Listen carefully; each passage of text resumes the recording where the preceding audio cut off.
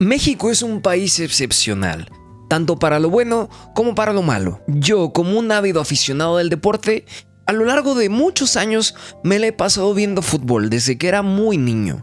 Y con ello, también siempre tenía que ver las mesas de debate que se hacían en los programas deportivos. Y es más, hasta el día de hoy, esta mesa de debate se ha trasladado hasta YouTube y es un contenido que veo constantemente. Y para estas fechas cercanas al Mundial, siempre hay una pregunta que se realiza constantemente. Y es, ¿México tiene lo suficiente para ser campeón del mundo? Y yo, desde hace muchísimos años, tengo una respuesta totalmente clara. Y es un rotundo no. México no va a ser campeón del mundo. México está a años luz de las grandes potencias que dominan este deporte.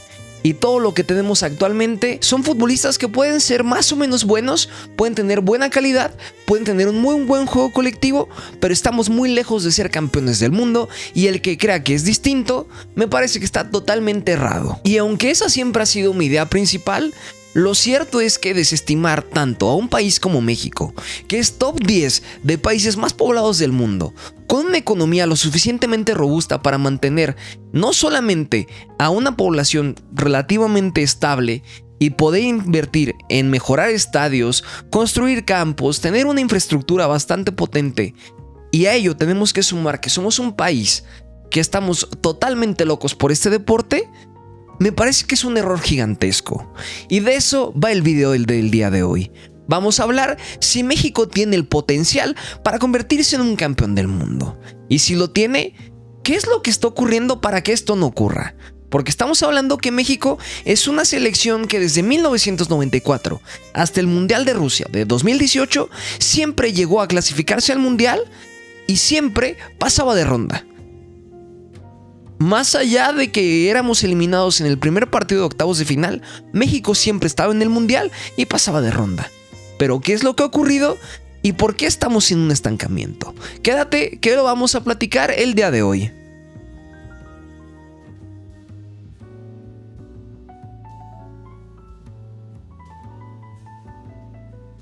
La historia de México en las Copas del Mundo es una que ya muchos conocemos.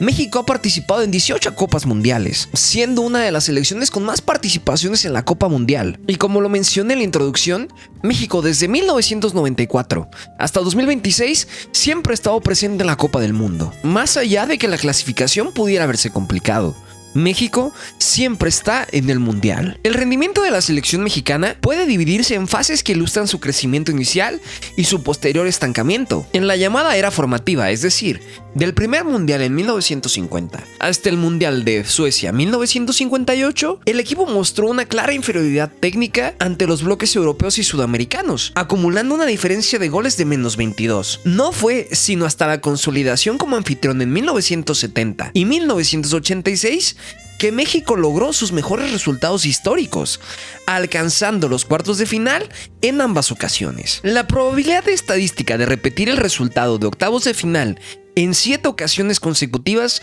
es menor a un 15%, lo que indica de que no se trata de una coincidencia, sino de un síntoma de un límite táctico y psicológico. México posee el récord histórico de más derrotas en la Copa del Mundo con 28 caídas, un dato que subraya la vulnerabilidad del equipo cuando se enfrenta a oponentes de élite fuera de su zona de confort geográfica. En el Mundial de 2026, México será otra vez coanfitrión de un Mundial.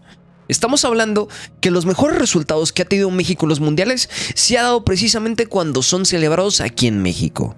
Una vibra y un estadio que impone tanto como lo es el Estadio Azteca, hoy conocido como Estadio Banorte, sin lugar a dudas podría considerarse un factor extra. El jugador número 12, la afición, la altitud y la hora a la que se juega van a jugar un papel súper importante. Tan es así que los modelos estadísticos determinan que una ventaja como jugar en el Estadio Banorte es muy importante para que México clasifique. Sin embargo, esa dependencia por la localía lo único que demuestra es que México es carente de resiliencia, porque cuando llegan momentos de máxima tensión fuera de nuestras fronteras, la pasamos bastante mal y mentalmente parece que ya hay una barrera que no podemos superar.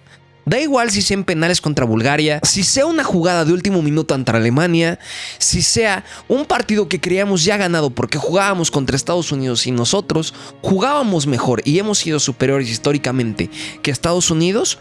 Desconexiones en la Copa Mundial contra Argentina en 2006 y 2010, o simplemente el miedo de no querer perder un partido como lo fue contra Países Bajos en 2014. Y ya no hablemos ni de 2018 porque ese partido estaba perdido desde que supimos que jugábamos contra la selección brasileña. Estamos hablando que México, en el momento que está fuera y se empiezan a meter en su cabeza estas ideas de que hay selecciones que son superiores, valemos para absolutamente nada. Ahora bien, si tenemos que hablar de uno de los pilares en lo que respecta a la mediocridad que tiene el fútbol mexicano, sin lugar a dudas tenemos que hablar de la Liga MX, que a diferencia de las grandes ligas europeas bastante potentes, y quizás ni siquiera tan potentes, aquí eliminamos un método de selección y de supervivencia vital para el mérito deportivo, como lo es el ascenso y el descenso. La decisión de pausar el descenso, ratificado bajo el nuevo modelo de gobernanza hacia 2026, ha transformado a la Liga Mexicana en una asociación civil, donde los 18 clubes actuales son socios permanentes. Este modelo jurídico hace que sea prácticamente imposible perder la categoría, ya que deportivamente no se puede descender a un socio del patrimonio corporativo. Este llamado blindaje genera un conformismo pernicioso tanto en directivos como en jugadores. Al no existir la amenaza de una pérdida patrimonial por el mal desempeño deportivo, los clubes optan por pagar multas económicas que son vistas simplemente como un costo de operación, eliminando la urgencia de formar y debutar jugadores nacionales de alto nivel. Esto repercute directamente en la selección nacional, que se nutre de una liga donde la intensidad competitiva es intermitente y está supeditada a los intereses de las televisoras y de los dueños. Como lo he dicho muchas veces, México es un país sui generis. Y tan es así que la Liga Mexicana presenta uno de los problemas que más difícilmente se pueden ver en el mundo del fútbol. Estoy hablando de una liga que es tan rentable económicamente para su mercado que es muy difícil que pueda competir contra otros equipos de otras ligas. El fútbol mexicano opera en una burbuja de precios y de salarios que es muy distinta a la realidad que se presenta cuando lo comparamos con otros equipos europeos. El salario promedio de un jugador en México es uno de los más altos de Latinoamérica, superando con creces a ligas como la Argentina o la colombiana, y compitiendo en la clase media salarial con las ligas europeas de segundo nivel como la Eredivisie o la Liga Portuguesa. Esta disparidad crea una jaula de oro. Un futbolista mexicano consolidado en la Liga MX puede percibir salarios entre los 2 y los 5 millones de dólares anuales. Para que este mismo jugador emigre a Europa, tendrá que aceptar una reducción salarial significativa o fichar por un club de élite que esté dispuesto a pagar cláusulas de rescisiones que los equipos mexicanos tasan arriba fácil de los 8 millones de euros. Cifras que los clubes europeos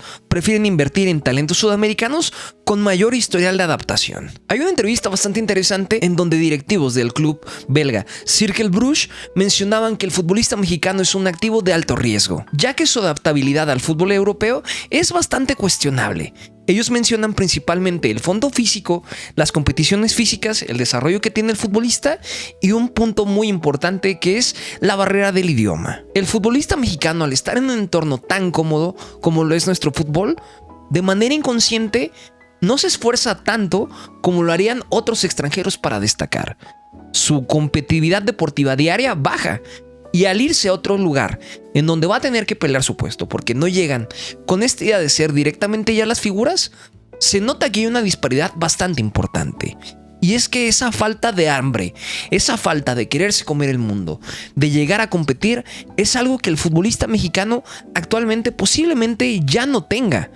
El futbolista está tan bien pagado, es una figura y está tan alienado de la realidad que no necesita irse a Europa a demostrar las cosas.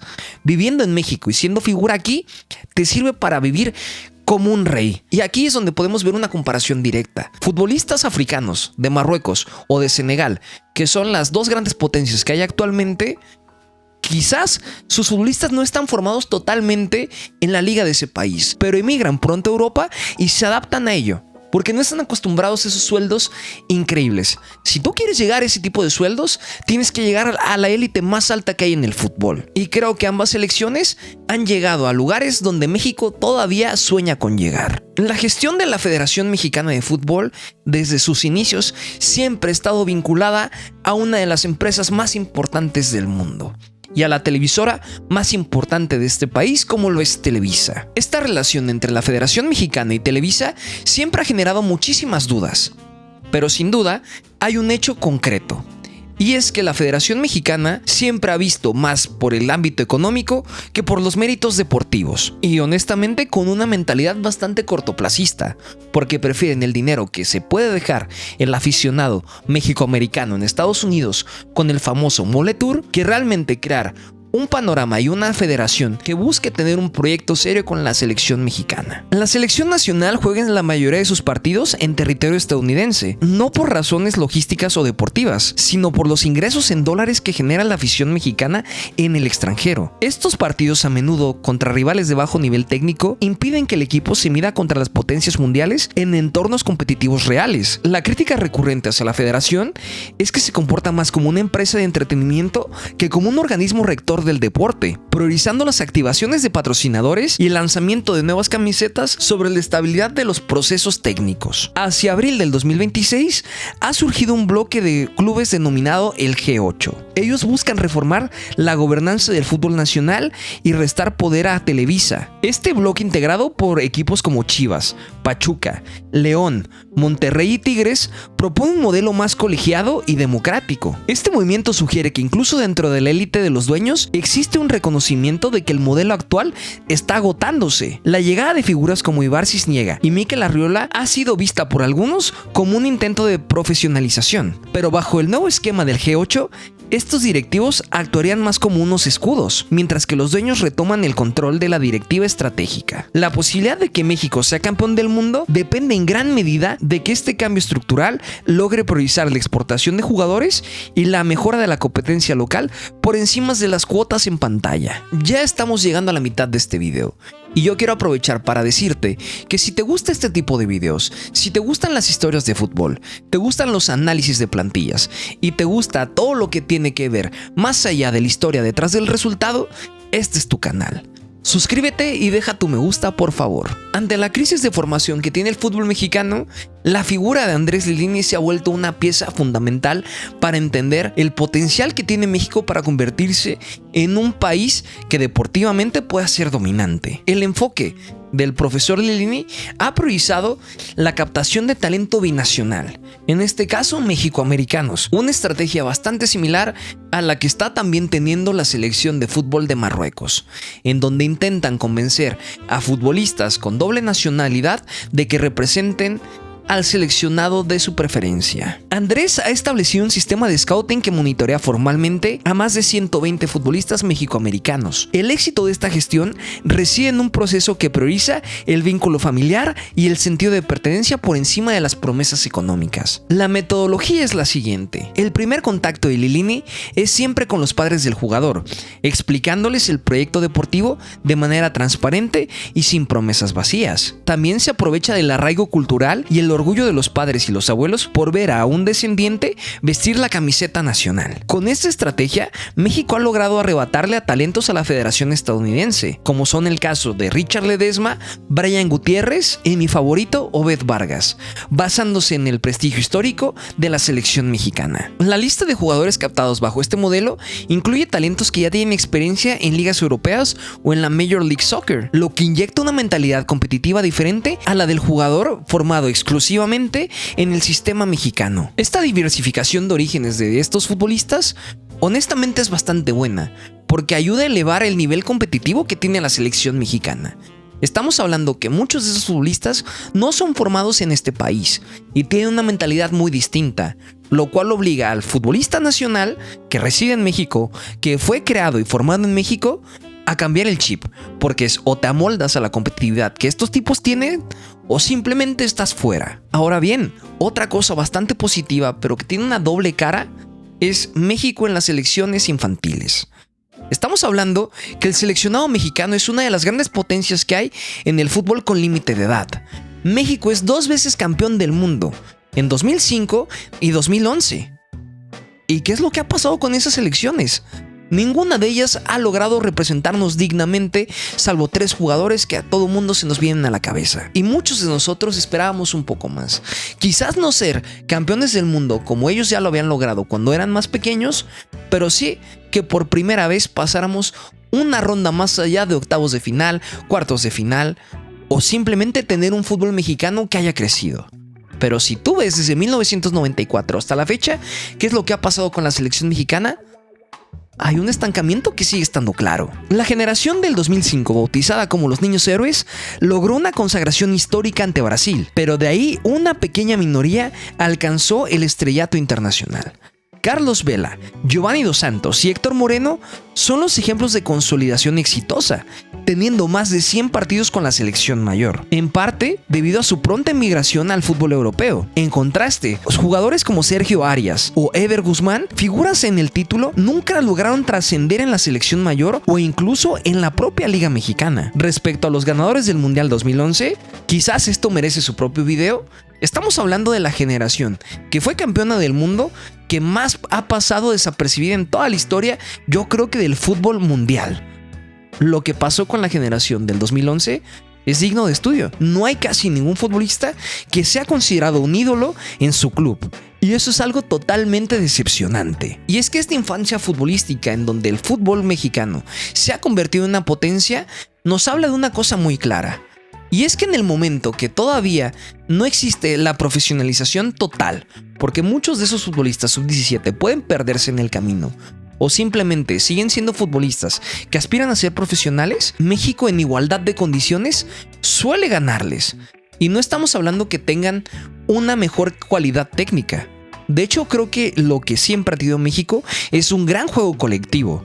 Y se nota porque los equipos no solamente es que tuvieran figuras. De hecho, la del 2011 tenía un par de estrellitas y jugaban bastante bien, pero sobre todo era un núcleo bastante potente. Lo realmente preocupante es qué es lo que pasa cuando estos futbolistas que están en igualdad de condiciones llega el momento en donde se vuelven profesionales. En otros países se encuentran con entornos favorables para que ellos crezcan, debuten, estén en una liga potente, vayan a clubes, puedan jugar competiciones europeas y se lleguen a foguear.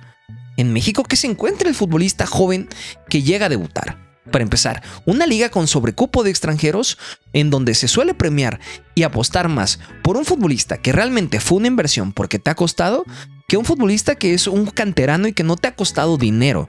Nada más le estás pagando la nómina, pero no te costó dinero traerlo. Y sobre todo con directivos que no tienen paciencia y que no entienden que el fútbol es una industria muy distinta al resto de industrias que ellos posiblemente estén manejando. Por si fuera poco, la competitividad del fútbol mexicano a nivel de selecciones y a nivel de clubes se ha ido mermando con el paso de los años. Y es que no solamente es que México ya no participa en la Copa Libertadores desde hace más de una década. Es que estoy hablando que la Federación Mexicana no le interesa la Copa América. Constantemente mandan selecciones B o C nada más a foguearlas y no realmente a competir.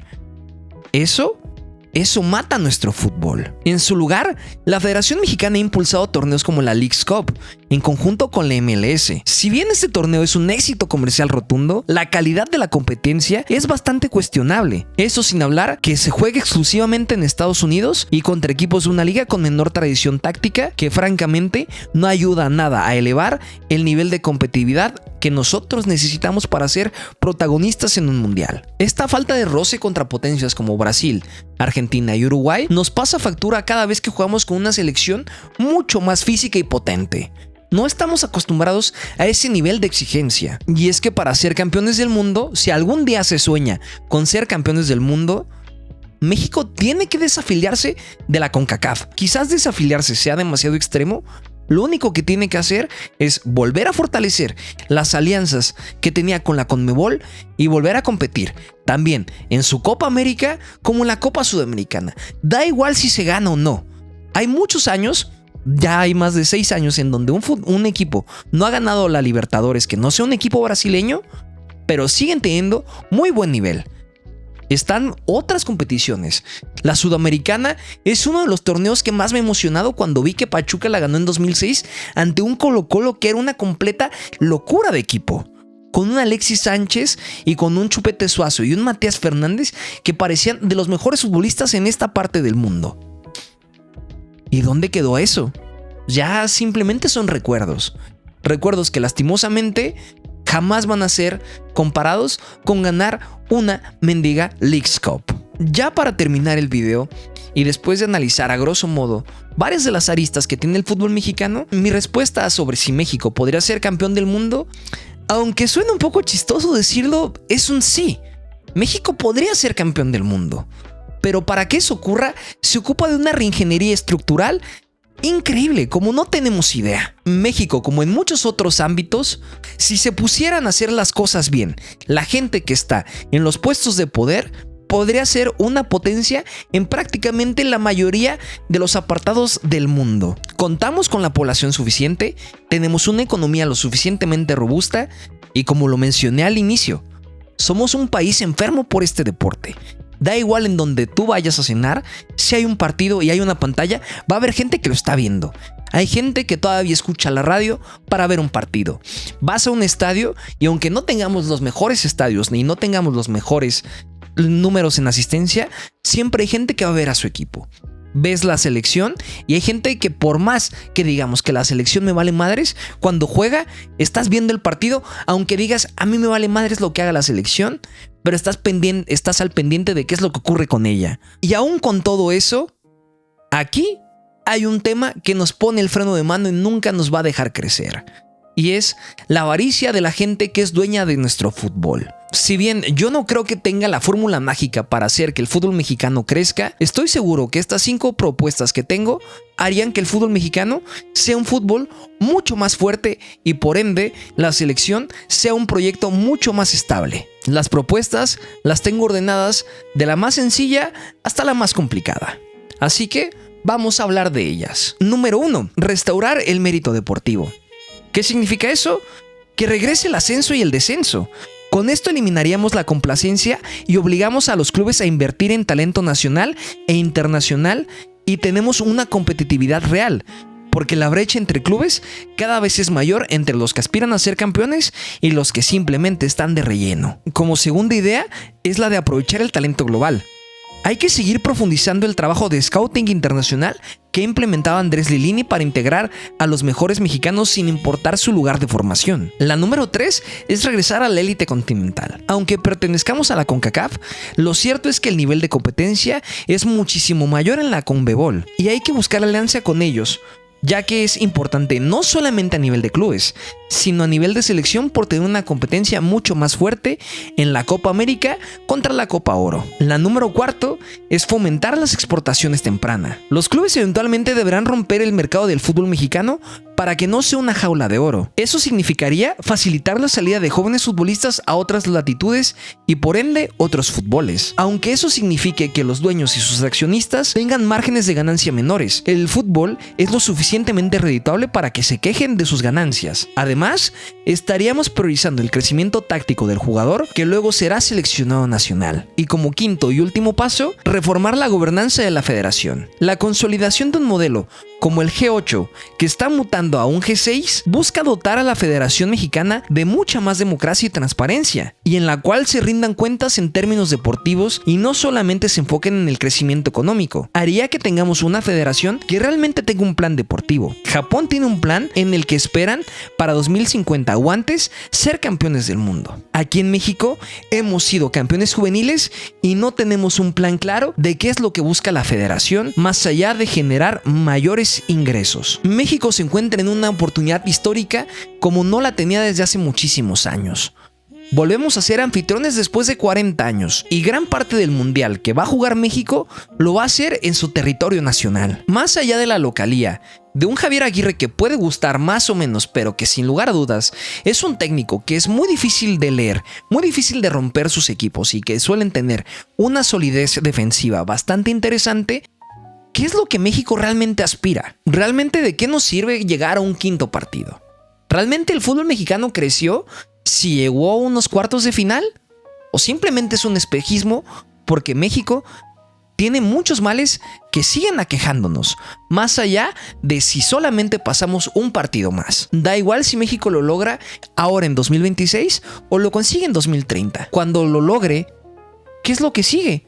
¿A qué es a lo que aspiramos? Y es que esa es una pregunta la cual lastimosamente no encuentro una respuesta. La viabilidad de que México pueda ser campeón del mundo es una que realmente existe, pero estamos muy lejos de poderlo lograr, porque las cosas se siguen haciendo mal. Y el fútbol mexicano no va a cambiar hasta en el momento que los dueños de los equipos y de la federación entiendan que el mérito deportivo va a ser mucho más redituable a largo plazo que el cortoplacismo que ellos tienen de ganar más dinero cada año. Yo fui Luis, esto fue Fútbol en Perspectiva y muchas gracias por ver este video.